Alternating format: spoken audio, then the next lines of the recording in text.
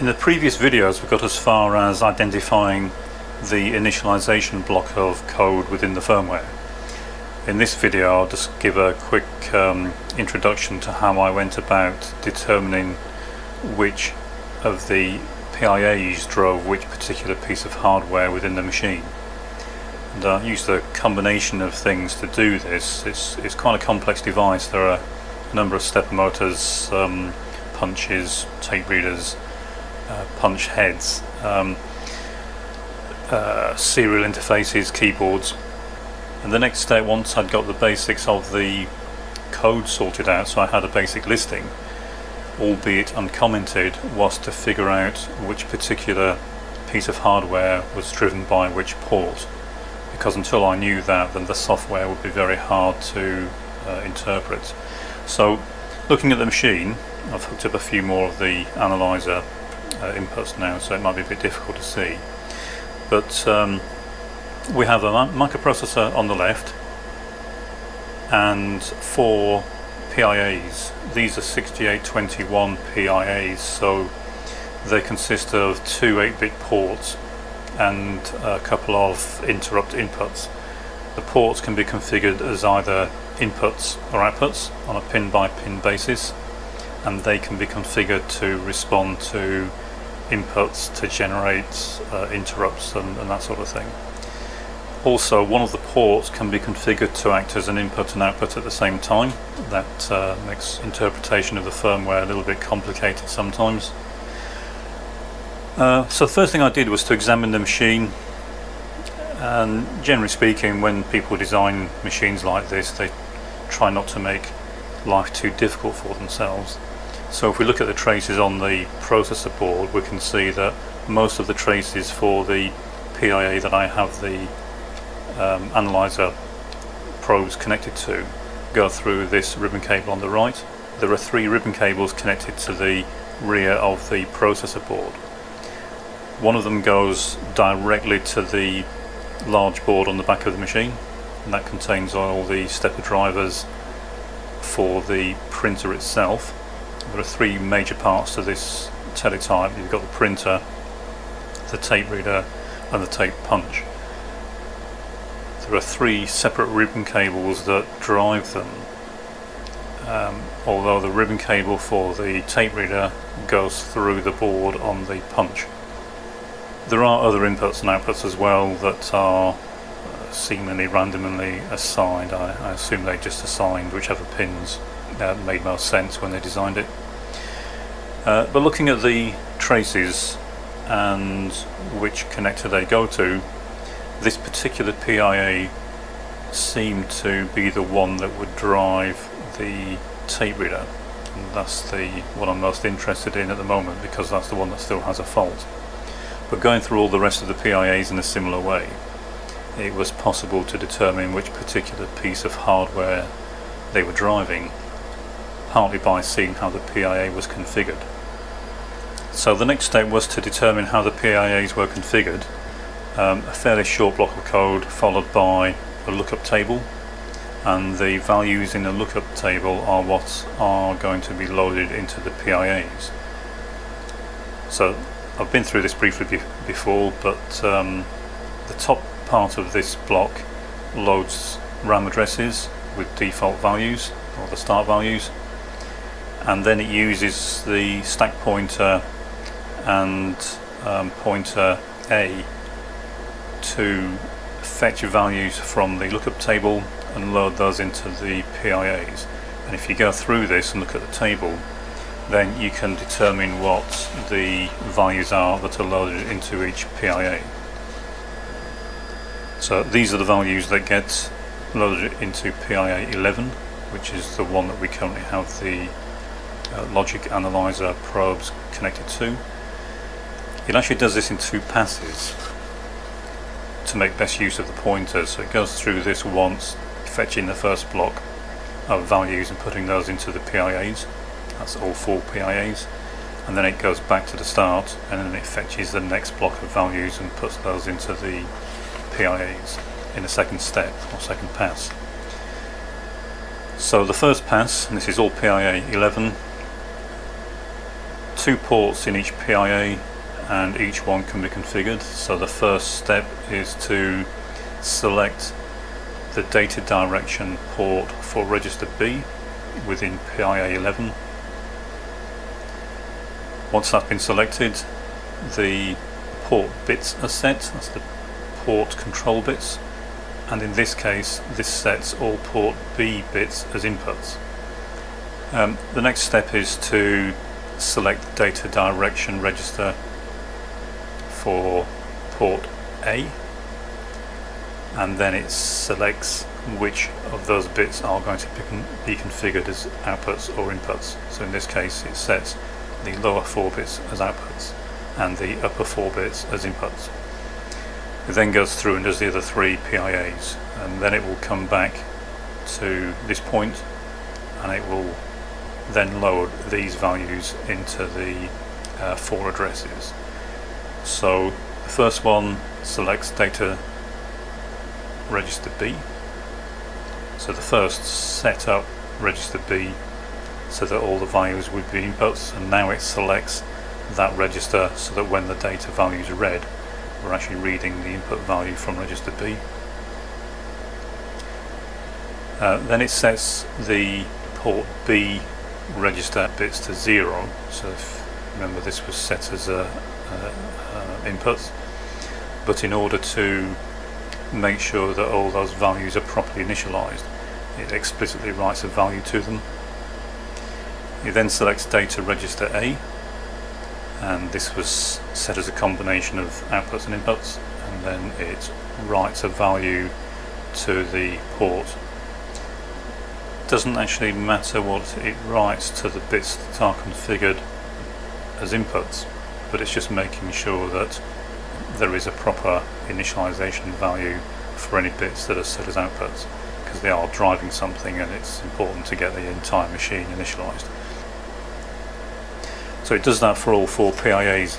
Once it's done that, you can determine what each PIA has been configured to do. It's just a case then of figuring out what it's connected to, so what each pin is connected to, and then what it's driving and how it's driving it, and then determining within the firmware where that particular value is accessed. So if we have a quick look at the analyzer.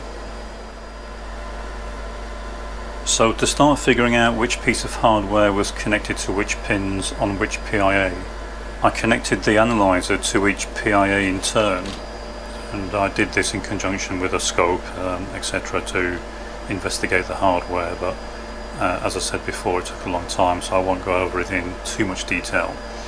But the way that the PIA is addressed is there are 3 chip select lines. So we have a combination of these 3 lines to enable us to select the particular PIA. So you can use these to capture access to a given PIA, such that when they have a combination of 0, 0, 1 on these 3 lines, then this particular PIA is being selected. So by connecting those 3 lines to the analyzer, we can capture data coming in and out of this PIA, and then it's just a matter of selecting what activity we want to capture and whether we then monitor the enable, the read-write, or RS0 and RS1 lines. And that combination will allow us to capture any activity on a particular PIA. RS0 and RS1 just determine which particular internal register is being addressed at any particular time. So once we have the PIA hooked up to the analyzer, we can set up a trigger. So in this case I've set it to give us the trigger which will capture this particular PIA's access. So if you remember, chip select 2 was active low and the other 2 active high, so by setting a binary value of 0, 1, 1, we should be able to capture access to that particular PIA. Now, at the moment the ZIP30 is turned off.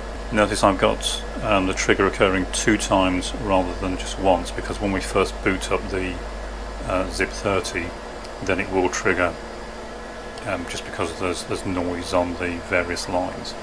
but it won't give us a meaningful data result.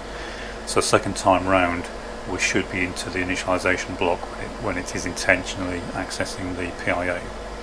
So if I go to the waveform view, set the trigger and switch on the ZIP30, we've now captured some data, and if we look at the initialization block, you can see that we are addressing address 8023, which is PIA 11, which is the one that we have the lines hooked to, and we are then at address 3850. So the block of code we're in is 3850, 51, etc. 8023 is the value put onto the address bus to access the PIA.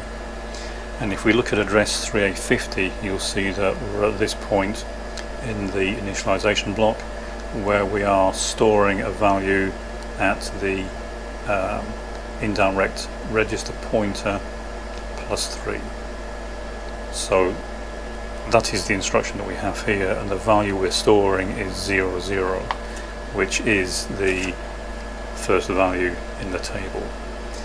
And if you were to follow this block of code through, you would see that it then goes through to access all the other values in the lookup table. So you can now see we're at 8022, and it will load that value 0, and it goes through 8021, and again another value 0. You'll see that the values that are in the lookup table are the ones that it loads up, and it just keeps going through until it's finished initializing all of them. So once it's gone through and we know what values are being loaded into the PIAs, we can determine how each one is being configured. So I have one of these for each of the 4 PIAs, and then I can start seeing what each one controls. And to a certain degree it's possible to do that by looking at what the machine's doing at any particular point. So for example, one of the things it does when you boot up the ZIP30 is it drives the head to the home position. So if you turn the ZIP30 off, move the head away from the home position, switch it on for a period of time, the head position stepper will be driven while the head is driven home. And it's simply a matter then of seeing which particular PIA pins are toggling to drive the stepper, and then it's possible to figure out which particular pins are driving the stepper. And you can actually do that, and I did do that for all the steppers on the printer itself, and I ended up with a table like this. So it's showing me which particular bits in or on a particular port. So it's PIA 8 port B, and I could determine which bits were driving which particular stepper. I could then see where the particular values for these steppers are being stored. Obviously the machine can't read the steppers, so it has to store that value somewhere between successive updates of a particular stepper drive. So it's then a case of finding out where that data is stored. In this case it was stored at address 32, and what I can then do is look for all accesses to address 32 in the firmware, see which particular bits are being updated in that block of code, and then you can determine what that particular block of code is doing. And so without going into what each block of code is doing at that point, you can make a fairly simple determination based on what it's doing that it's driving a particular part of the machine. So in this case I determined that this block of code, because it was accessing head step count, current column count, which I determined in the same way, I could figure out what a particular block of code was doing without looking at the details within the block. I came back and did that later to see how each block of code was actually performing its task. The first step was to determine what each block of code did, the entry point for the block of code, and where it returned, and that sort of delineates that particular block of code, and you could kind of tidy up the code so you can read it more clearly. And I did that for all the hardware elements that I could identify. And that's because it's fundamentally a mechanical machine. That meant that I then had all the blocks of code identified within the firmware, even though I hadn't at that point determined how each block of code worked. I did at least have them all separated into what you might call function blocks. So that's it for this video. In the next one I'll look at a function block, in particular how the characters are formed on the paper by the printhead and how that particular function achieves that task.